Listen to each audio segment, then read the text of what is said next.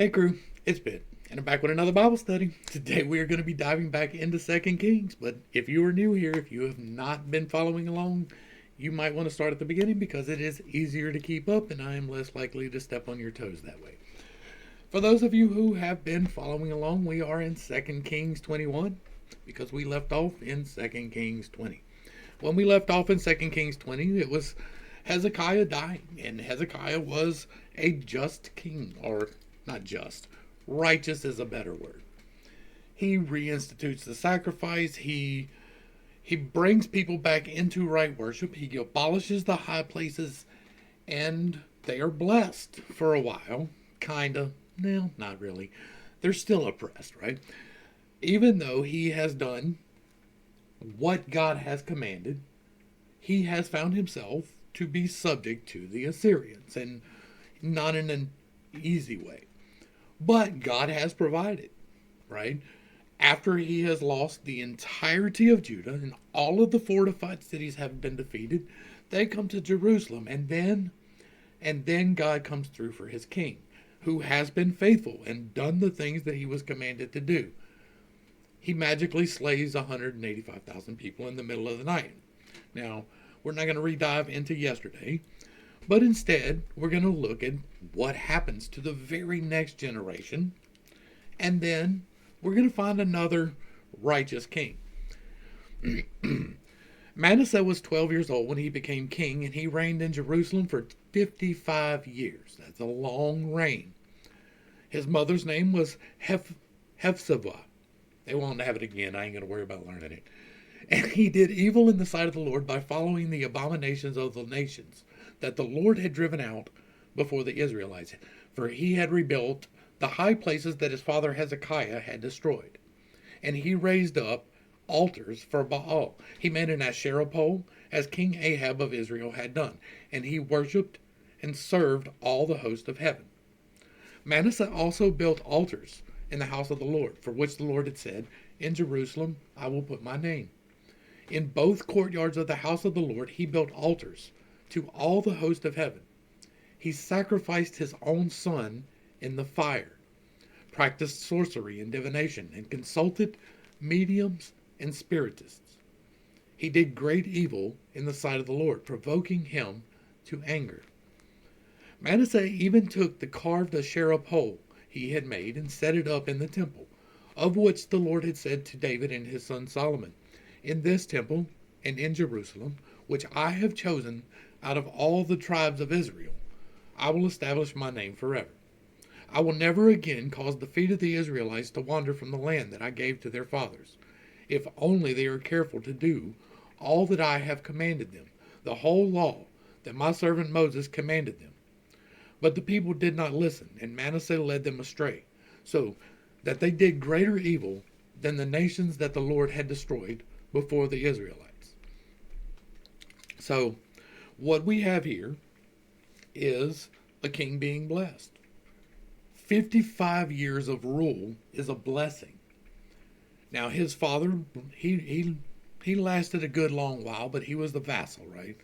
I'm assuming that Manasseh is keeping the payments up. He's like, no, we're just going to pay our tribute, and they let us be king. You're not really a nation at that point, but okay, whatever. And so he goes, sorry, dropped my glasses. He completely reestablishes all of the bad things that were done that his father got rid of. And his father, remember, lost all of Judah after doing the things that God had told him to do. And now this guy, he rules for 55 years after sacrificing his own son in fire. I'm assuming, because of the way that they word this, right? In both courtyards of the house he built altars, and he built altars in the house of the Lord. He sacrificed his son. I am assuming that is in the temple of God, right? I think it even says that in a minute, but I'm going to assume that.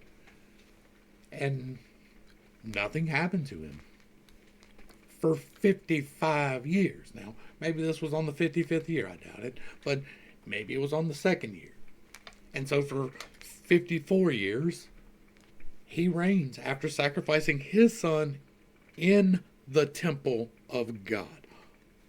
on the altar of God. Now, that is expressly forbidden. That is one of the things that is written into the commandments that I actually agree with, right?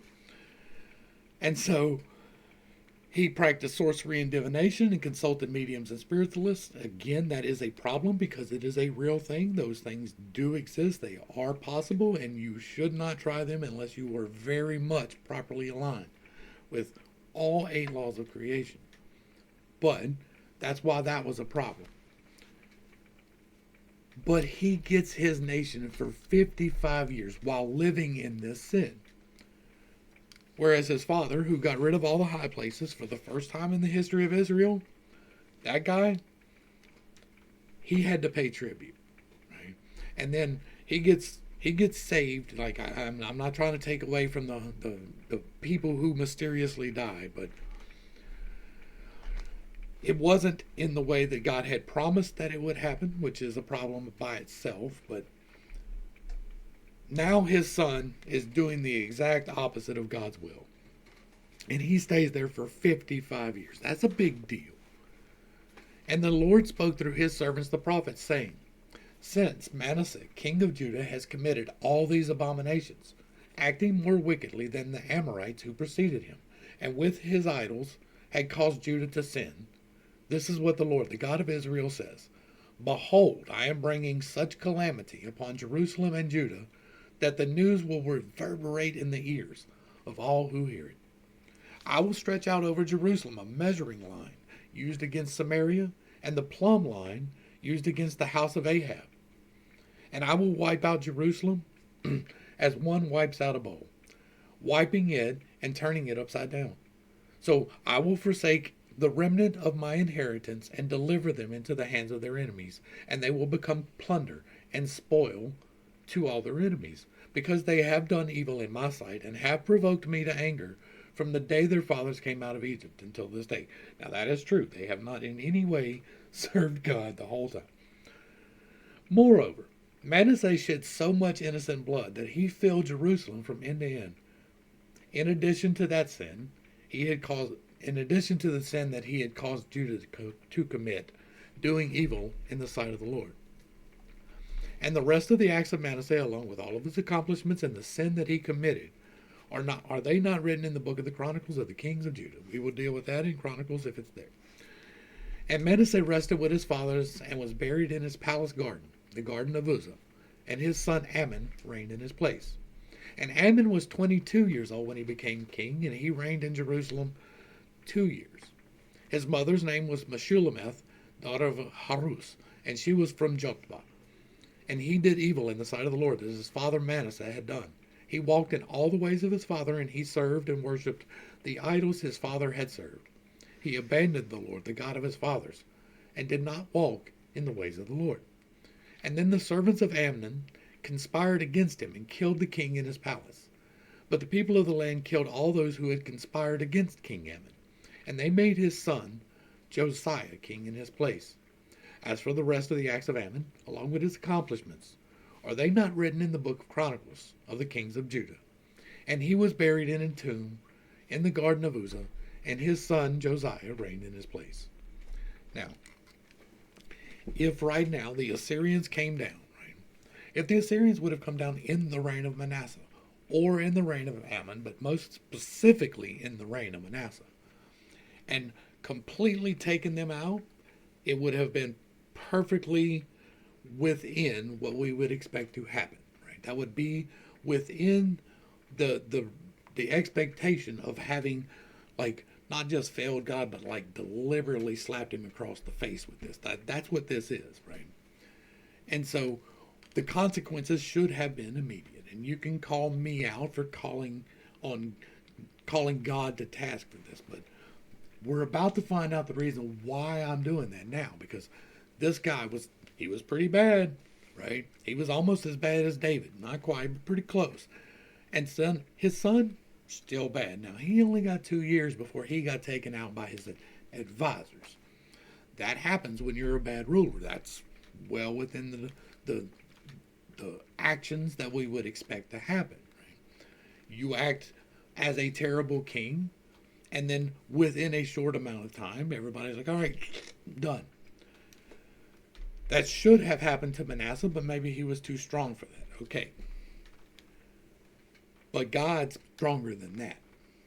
God could have brought the Assyrians. This is not Hezekiah, who is a righteous man. So he could have brought the Assyrians or the Egyptians or whoever it happened to need to be to take care of this. He could have provoked them to anger to come and do it right now while they are actively involved in sinning. But is that the choice that happens? Is that what we see? It's not. And that is interesting. Josiah was 8 years old when he became king, so we are talking about a child. And he reigned in Jerusalem for 31 years, so he was 39 at the end. His mother's name was Jedidah, daughter of Adiah, and she was from Boskath. And he did what was right in the eyes of the Lord, and walked in the ways of his father David, which are not the same thing. He did not turn aside to the right or to the left. Now in the 18th year of his reign, King Josiah sent the scribe, Shaphan, son of Azaliah, the son of Meshullam, to the house of the Lord, saying, Go up to Hilkiah, the high priest, and have him count the money that has been brought into the house of the Lord, which the doorkeepers have collected from the people. And let them deliver it into the hands of the supervisors of those doing the work on the house of the Lord, who are in turn to give it to the workmen, repairing the damages to the house of the Lord, to the carpenters, builders, and masons, to buy timber and dress stone to repair the temple. But they did not need to account for the money put into their hands, since they worked with integrity. Now this is the second time that this exact sequence is attributed to a king. He probably reinstituted something that later became not a thing. Once again, priests are heavily corruptible, and that is always going to be the case. Then Hilkiah the high priest said to Shaphan the scribe, I have found the book of the law in the house of the Lord. And he gave it to Shaphan, who read it. And Shaphan the scribe went to the king and reported, Your servants have paid out the money that was found in the temple, and have put it into the hands of the workers and supervisors of the house of the Lord. Moreover, Shaphan the scribe told the king, Hilkiah the priest has given me a book. And Shaphan read it in the presence of the king. And when the king heard the words of the book of the law, he tore his clothes, and commanded Hilkiah the priest, Ahikam, son of Shaphan, Akbor, son of Micaiah, Shaphan the scribe, and Isaiah the servant, Go and inquire of the Lord for me, for the people, and for all Judah concerning the words in this book that has been found. For great is the wrath of the Lord that burns against us, because our fathers have not obeyed the words of this book, by doing all that is written about us. Now, that is absolutely true. Ever since the inception of the country, they have not held to the commandments. We have talked about that extensively through the rest of the thing, but they have not, right? David, right away, adulterer, theft, murder, like right off the top. David, down. Solomon, down. None of them followed the ways of God. They didn't get rid of the high places at a minimum until Hezekiah and now Josiah. And so now we have the king. They stumble across the law. Okay? They haven't been practicing it for a while. Maybe that's why they lost the book. They stumble across the law. And what is the first thing the guy in charge does? He says, all right, we're going to do what God tells me to do. Right here, right now. He tears his clothes and he immediately becomes repentant. What did God ask to do? When you see that you have strayed, if you immediately turn and humble yourselves and call upon my name, you will be okay.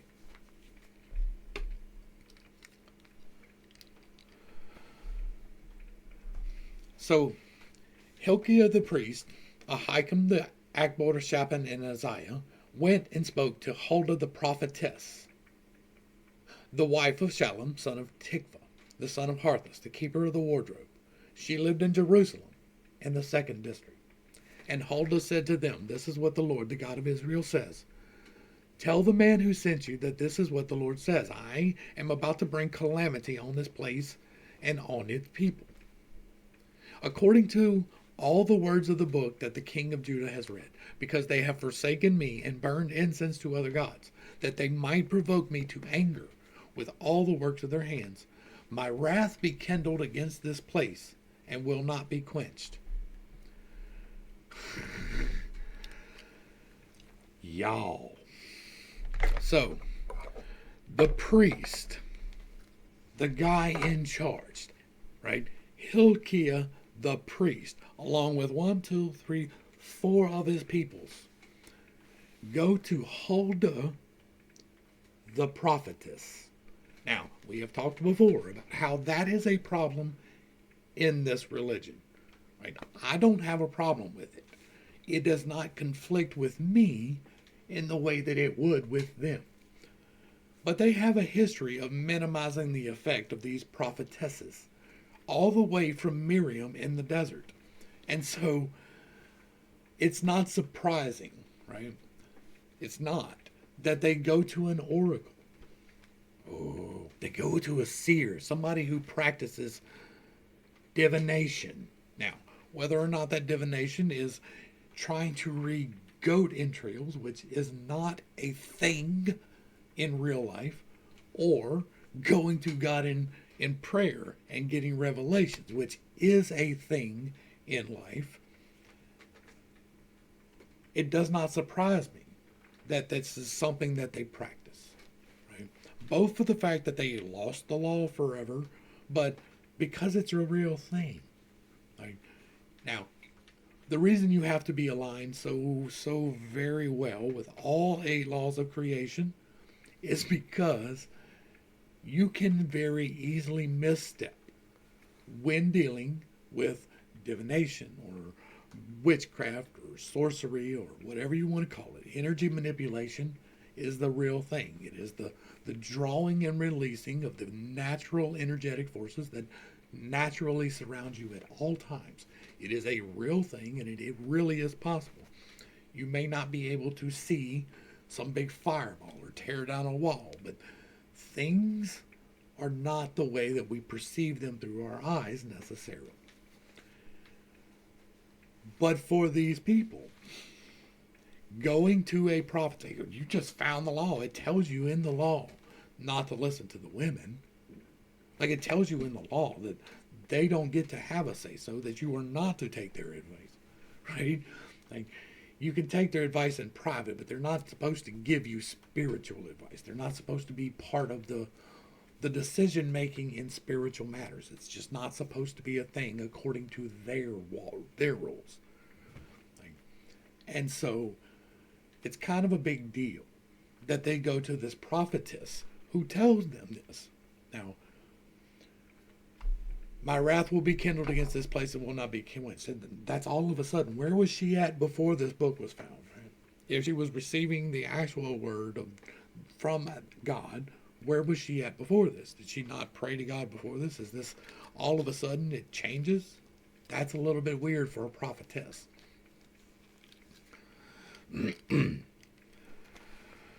But as for the king of Judah, who sent you to inquire of the Lord, tell him that this is what the Lord, the God of Israel, says. As for the words that you heard, because your heart was tender, and you humbled yourself before the Lord, when you heard what I spoke against this place and against its people, that they would become a desolation and a curse. And because you have torn your clothes and wept before me, I have heard you, declares the Lord. Therefore I will indeed gather you to your fathers, and you will be gathered to your grave in peace. Your eyes will not see all the calamity that I will bring on this place. And so they brought her answer back to the king.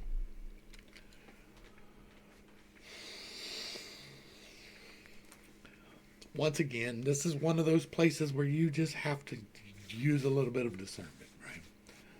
The victor writes the books. The history can tell you what already happened. We don't know the exact timeline of when this prophecy was written, when this word was spoken, but there's a big problem here, right? The problem is what we're about to read. is that Josiah goes into this wholeheartedly. He does exactly what he is told to do, even more so than Hezekiah did. And yet, what is put on him is not, I will save Israel. Because you have done right in the eyes of God for the whole land. That's what should happen, right? Let's read.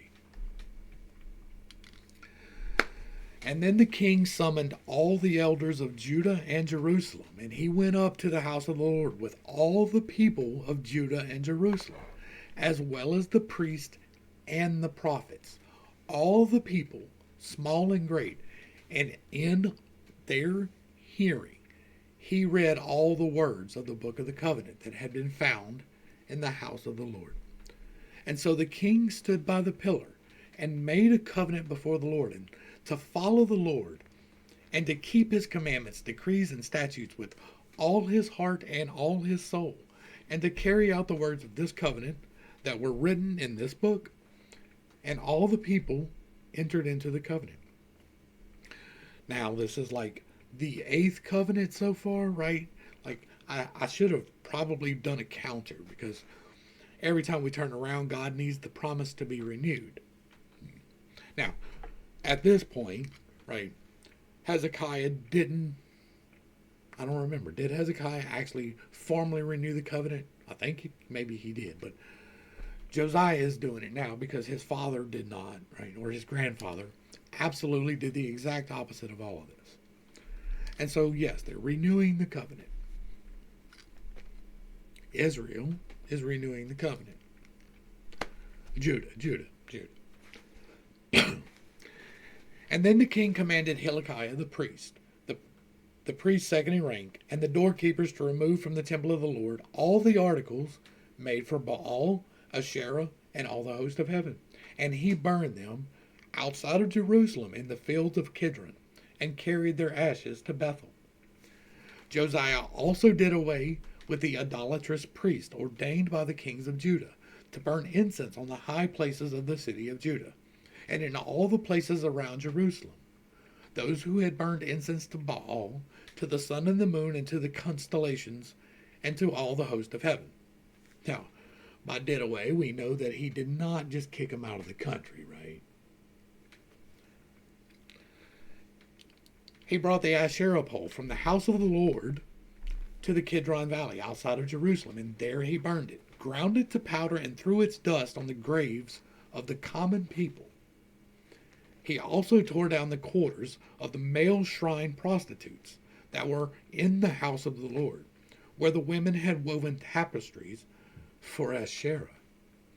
And then Josiah brought all the priests from the cities of Judah and desecrated the high places, from Geba to Beersheba, where the priests had burned incense. He tore down the high places of the gates at the entrance of the gate of Joshua, the governor of the city, which was to the left of the city gate.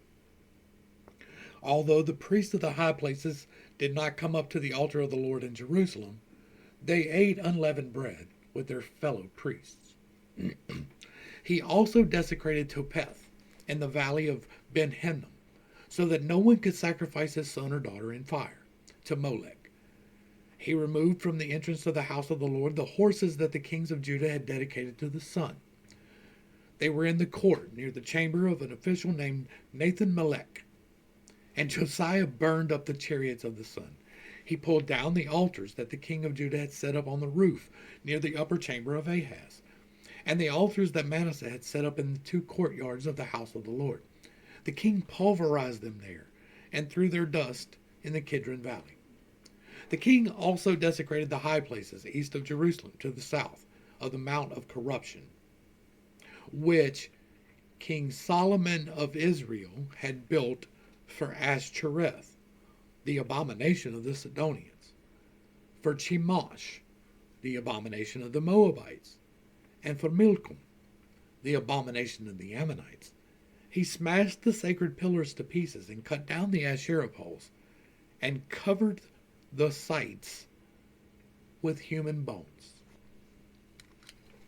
I'm sorry, who built those places? And here we have a couple of problems. Now, he is doing what God has commanded, yes.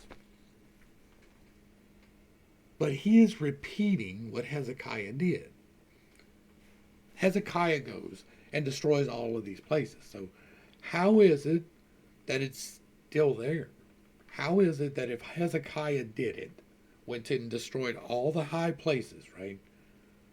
Then how is it that the high places that Solomon built for Ashtoreth, for Chemosh, and for Milcom, how are they still there? That's a consistency error. It's something that's overlooked and it's not pointed out, and it is kind of a big one, right? This is one of those places where it seems like history almost exactly repeats. Like maybe there's a little confusion in the area. And we don't get to pick it apart because this is the only record of it. So maybe Hezekiah never did anything. Maybe Josiah never did anything. Maybe they did the exact same thing. But how is it that these places are still there, for one? And then, when I was growing up in Southern Baptist, Pentecostal, religious circles, Solomon, the wisest man, was a very devout follower of God. There is no part of that in that. There is no part of have no idols, worship no other gods, bow down to no graven image in that. This is the second righteous king, right? The third in line, actually, because you had Saul, you had David, you had Solomon. And Solomon, like, that's not, we're not going to get back into that, but that's the guy that did this. He sets up these places. He's the guy responsible. That's a problem. Like, significant. This is a significant one today. This is a big one today, because Solomon sets up the high places. Well, Solomon was the most successful king. He was the guy who did the most for, like, David conquered, yeah, but Solomon made it prosperous. Solomon went from war to selling the armaments of war, and he prospered. He had people bringing him tons of gold from thousands of miles away. So he prospered. He's the one that built these places. He's the one that instituted these rituals. He's the guy in charge of that. That's a big deal. It really is. It's a really, really big deal. That's not getting into the esoteric things that we get from Solomon, right? We're not getting into any of the things tied with the pillars, the sacred pillars here, or the Asherah poles. He's the guy. Keep that in mind. And he covers the site with human bones. Now, if you have been following along, you know exactly why that's a big deal. Maybe them bones weren't bones. Maybe they still had a little flesh on them. Now, there is probably some religious reason why breaking these down and covering them with bones is a thing, right? The whole putting them with the common people, right? It's taking away the sovereignty of the divinity, right? I get that. That's whatever, but he covered them with bones.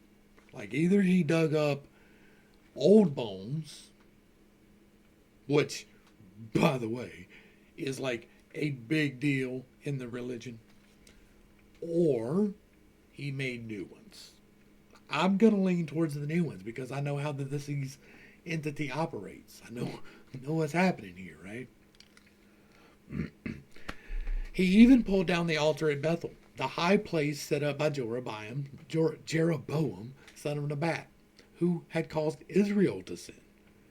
Then he burned the high place, ground it to powder, and burned the Asherah pole. And as Josiah turned, he saw the tombs there along the hillside. And he sent someone to take out the bones out of the tombs. And he burned them on the altar to defile it. Now, this is separate from the other bones from the other verse. According to the word of the Lord proclaimed by the man of God who had foretold these things. And when the king asked, "What is this monument I see?" And the men of the city replied, "It is the tomb of the man of God who came from Judah and pronounced these things that you have done to the altar at Bethel." "Let him rest," said Josiah. "Do not let anyone disturb his bones." And so they left his bones undisturbed, along with those of the prophet who had come from Samaria. Just as Josiah had done at Bethel, so also in the cities of Samaria, he removed all the shrines of all of the high places set up by the kings of Israel, who had provoked the Lord to anger. And on the altars he slaughtered all the priests of the high places, and he burned human bones on them. And then he returned to Jerusalem.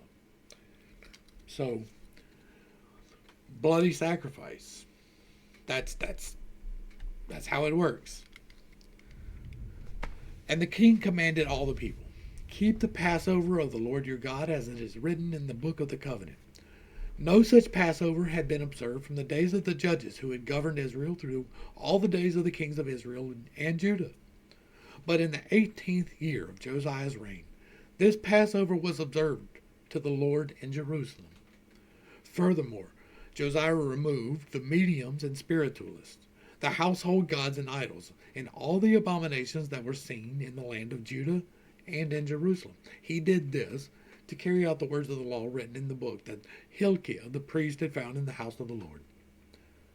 Neither before nor after Josiah was there any king like him, who turned to the Lord with all his heart and with all his soul and with all his strength, according to all the law of Moses.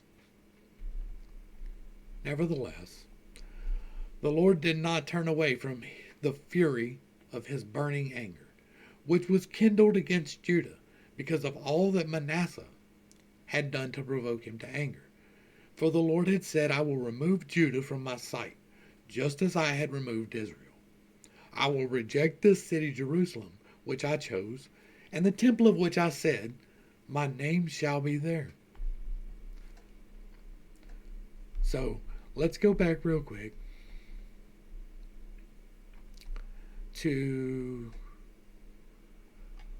Josiah was 8, and he ruled for 31 years. In the 18th year of his reign, so not quite halfway, is when this all began.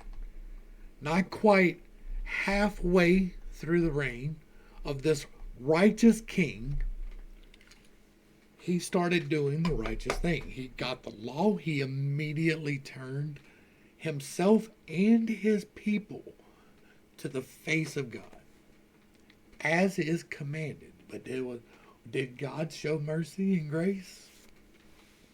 He said, "I won't let you see it, but in 18 years, after you have already changed everything, then we're going to do it." That was spoken right away, right? Before he even changed anything. God had already made up his mind. It doesn't matter if you repent. Come on, bro. Like, that means that God contradicted himself. Because what Josiah did should have been enough for blessings. And as for the rest of the acts of Josiah, along with all of his accomplishments, are they not written in the book of the Chronicles of the Kings of Judah? And at the end of Josiah's reign, Pharaoh Necho, king of Egypt, marched up to help the king of Assyria at the Euphrates River.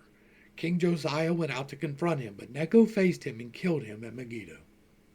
And from Megiddo, his servants carried his body in a chariot, brought him to Jerusalem, and buried him in his own tomb.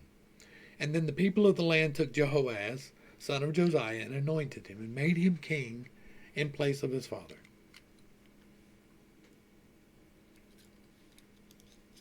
Well done, my good and faithful servant, I guess. Like, okay.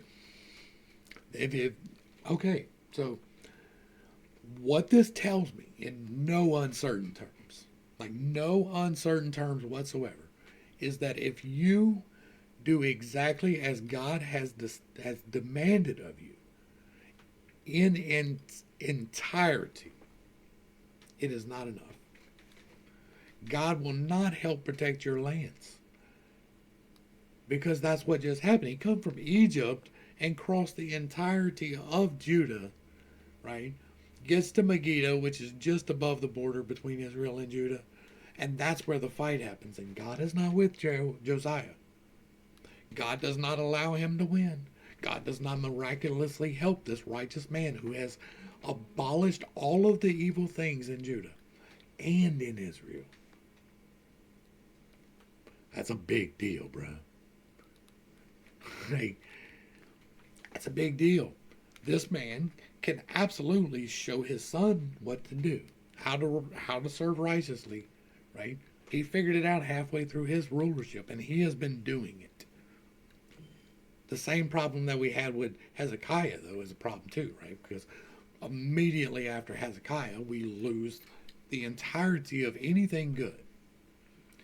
Now, was the book only lost at Hezekiah? Because how did Hezekiah do all that was right in the eyes of God if they didn't have the word of the law?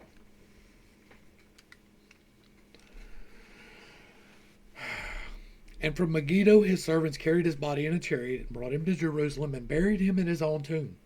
And then the people of the land took Jehoahaz, son of Josiah, and appointed him and made him king in place of his father.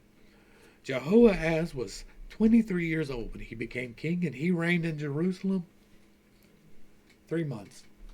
His mother's name was Hamutal, daughter of Jeremiah, and she was from Libnah. And he did evil in the sight of the Lord, just as his fathers had done. He didn't have time. He didn't even have time to reinstitute the bad things. But he did evil. They had to justify it. That had to be slipped in there. And maybe he did. Maybe he immediately turned from the ways of his father. Because why wouldn't he? There's been no blessings. Like, if you want to break it down, that's what it comes down to. Every time people start doing what God says in the actual commandments, everything is taken from them. But when they do the things that are not commanded, everything is given to them. That's what happens repeatedly.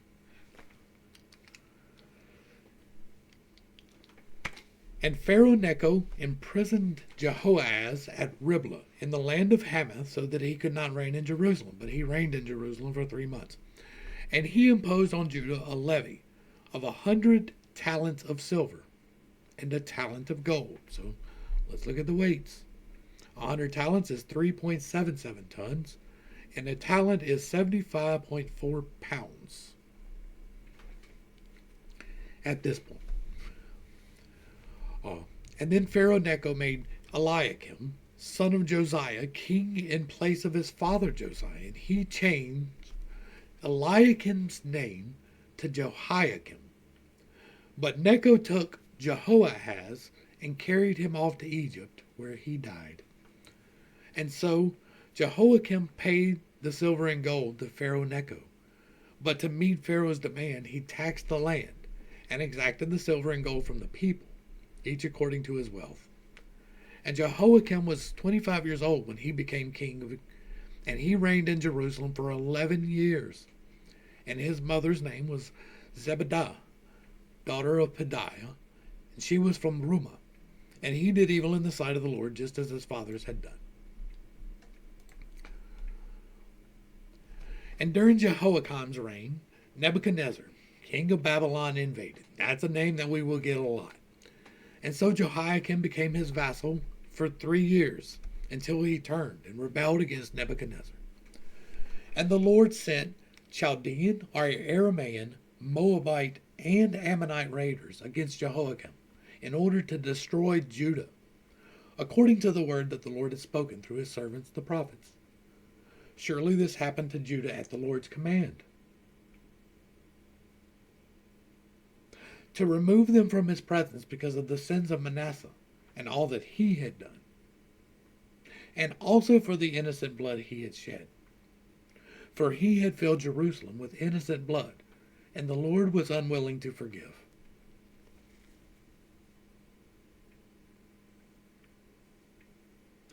As for the rest of the acts of Jehoiakim, along with all his accomplishments, are they not written in the book of the Chronicles of the kings of Judah?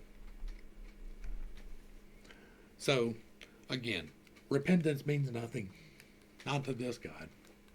It had already been proclaimed, and therefore it must be, and your repentance means nothing.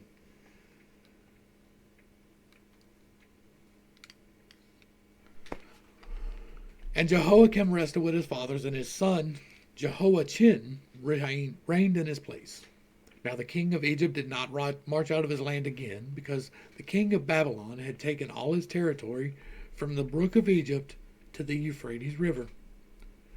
And Jehoiachin was 18 years old when he became king, and he reigned in Jerusalem 3 months. His mother's name was Nehushta, daughter of Elnathan, and she was from Jerusalem. And he did evil in the sight of the Lord, just as his father had done. And at that time the servants of Nebuchadnezzar, king of Babylon, marched up to Jerusalem, and the city came under siege. And Nebuchadnezzar, king of Babylon, came to the city, while his servants were besieging it.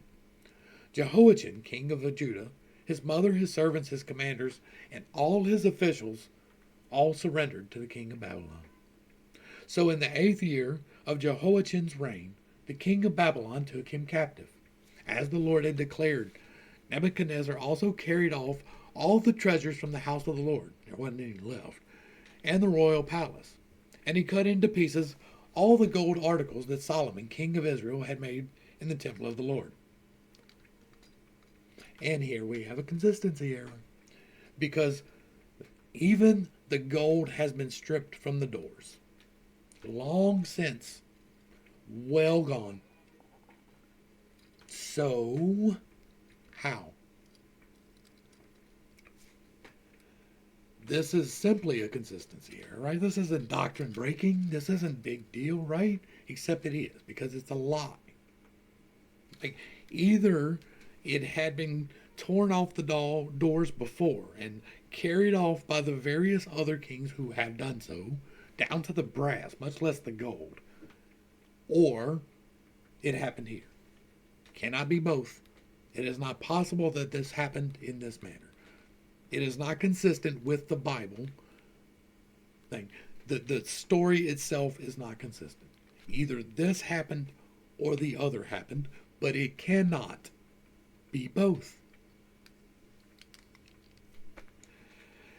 And he carried into exile all Jerusalem, all the commanders and mighty men of valor, all the craftsmen and metalsmiths, 10,000 captives in all. Only the poorest people of the land remained. Nebuchadnezzar carried away Jehoiachin to Babylon, as well as the king's mother, his wives, his officials, and the leading men of the land. He took them into exile from Jerusalem to Babylon, which is it is in Iraq. The king of Babylon also brought into exile to Babylon all 7,000 men of valor, and 1,000 craftsmen and metalsmiths, all strong and fit for battle. And then the king of Babylon made Mattaniah, Jehoiachin's uncle, king in his place, and changed his name to Zedekiah. Zedekiah was 21 years old when he became king, and he reigned in Jerusalem for 11 years. His mother's name was Hamutal, daughter of Jeremiah, and she was from Libnah. And Zedekiah did evil in the sight of the Lord, just as Jehoiakim had done. For because of the anger of the Lord, all that had happened in Jerusalem and Judah, until he finally banished them from his presence. And Zedekiah also rebelled against the king of Babylon. I think, we got one more chapter. Let's go ahead and bust it out. And so in the 9th year of Zedekiah's reign, on the 10th day of the 10th month, Nebuchadnezzar, king of Babylon, marched against Jerusalem with his entire army. They encamped outside the city and built a siege wall all around it. And the city was kept under siege until King Zedekiah's 11th year. But in the 9th day of the 4th month, the famine in the city was so severe that the people of the land had no food. And when the city was breached, and though the Chaldeans had surrounded the city, all the men of war fled by night, by way of a gate between 2 walls near the king's garden. That's where David got in. And they headed towards the Arabah. But the army of the Chaldeans pursued the king and overtook him in the plains of Jericho, and all his army was separated from him. The Chaldeans seized the king and brought him up to the king of Babylon at Riblah. There they pronounced judgment on him, and they slaughtered the sons of Zedekiah before his eyes. They put out his eyes, bound him with bronze shackles, and took him to Babylon. On the 7th day of the 5th month, in the 19th year of Nebuchadnezzar's reign over Babylon, Nebuzaradan, captain of the guard, a servant of the king of Babylon, entered Jerusalem. He burned down the house of the Lord, the royal palace, and all the houses of Jerusalem, every significant building. And the whole army of the Chaldeans, under the captain of the guard, broke down the walls around Jerusalem. And then Nebuzaradan, captain of the guard, carried into exile the people who remained in the city, along with the deserters who had defected to the king of Babylon and the rest of the population. But the captain of the guard left behind some of the poorest of the land to tend the vineyards and the fields. Moreover, the Chaldeans broke up the bronze pillars and stands and the bronze sea in the house of the Lord, and they carried the bronze to Babylon. They also took away the pots, shovels, wig trimmers, dishes, and all the articles of bronze used in the temple service. The captain of the guard also took away the censers and sprinkling bowls, anything made of pure gold or fine silver. As for the 2 pillars, the sea, and the movable stands that Solomon had made for the house of the Lord, the weight of the bronze from all of these articles was beyond measure. Each pillar was 18 cubits tall. The bronze capital atop one pillar was 3 cubits high, with a network of bronze pomegranates all around. The second pillar with its network was similar. The captain of the guard also took away Seraiah, the chief priest, Zephaniah, the priest of the second rank, and the 3 doorkeepers. Of those still in the city, he took a court official who had been appointed over the men of war, as well as 5 royal advisers. He took the scribe of the captain of the army who had enlisted the people of the land, and 60 men who were found in the city. Nebuzaradan, captain of the guard, took them and brought them to the king of Babylon at Riblah. And there in Riblah, in the land of Hamath, the king of Babylon struck them down and put them to death. So Judah was taken away into exile, away from its own land. Nebuchadnezzar, king of Babylon, appointed Gedaliah, son of Ahikam, the son of Shaphan, over the people he had left behind in the land of Judah. And when all the commanders of the armies and their men heard that the king of Babylon had appointed Gedaliah as governor, they came to Gedaliah at Mizpah, Ishmael, son of Nethaniah, Johanan, son of Kareah, Sariah, son of Tanhumeth, the Netophathite, and Jezaniah, son of the Maccahite, as well as their men. And Gedaliah took an oath before them and their men, assuring them, "Do not be afraid of the servants of the Chaldeans. Live in the land, and serve the king of Babylon, and all will be well with you." In the 7th month, however, Ishmael, son of Nethaniah, the son of Elishma, who was a member of the royal family, came with 10 men and struck down and killed Gedaliah, along with the Judeans and Chaldeans who were with him at Mizpah. And then all the people, great and small, together with their commanders of their army, arose and fled to Egypt for fear of the Chaldeans. And on the 27th day of the 12th month of the 37th year of the exile of Judah's king Jehoiachin, in the year Evel-Merodach became king of Babylon, he released King Jehoiachin of Judah from prison. And he spoke kindly to Jehoiachin and set his throne above the thrones of other kings who were with him in Babylon. And so Jehoiachin changed out of his prison clothes, and he dined regularly at the king's table for the rest of his life. And the king provided Jehoiachin a daily portion for the rest of his life. And so ends the 2nd Chronicles of the kings of Israel. Now, there has been a lot of ground covered here, and most of it has been bloody. Most of it has been not in service to the God of Israel. We have talked about that extensively, and we're not going to rehash it here in the wrap-up, but I have, at least for myself, shown that They did not have possession of the land very long at all, right? David, Solomon, that's a wrap.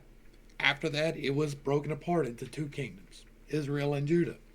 And they fought against each other. They were not even cooperative with each other. Israel immediately becomes Samaria in all but name for some reason. And then all of those people are taken away and they're brought across the Euphrates, and the people from across the Euphrates are brought and occupy the entirety of the land of Israel. None of the Israelites are still there. And then the same thing happens to Judah. So now, as it stands at the end of the Second Kings, there is no land of Israel. They no longer have their birthright. It is no longer a thing. God has taken it from them. Period. The end. Like, the conquest is conquested. They went in, they conquered, they lost.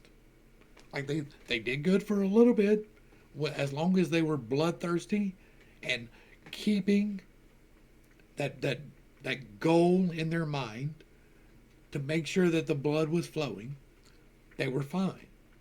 It was not until they started turning away from the sacrifices in the proper manner and became less warlike that they started having problems. Whenever they quit sacrificing people is when they started having problems. That's a problem.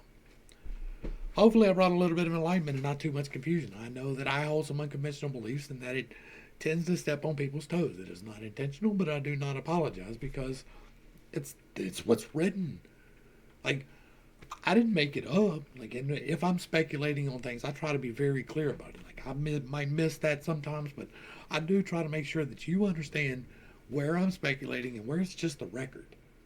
The record is that out of all the kings, like all of them, there were two that actually followed the law. If Hezekiah was even a real thing. But Hezekiah and Josiah were the only two who, they got rid of the high places somehow, twice the same places, okay, whatever thing. But even still, all the rest of them were not. All the way to David. Like, the only one that was even close was Saul. And he was punished for it. Now, his punishment was that he was not strong enough to keep hold. That was his punishment.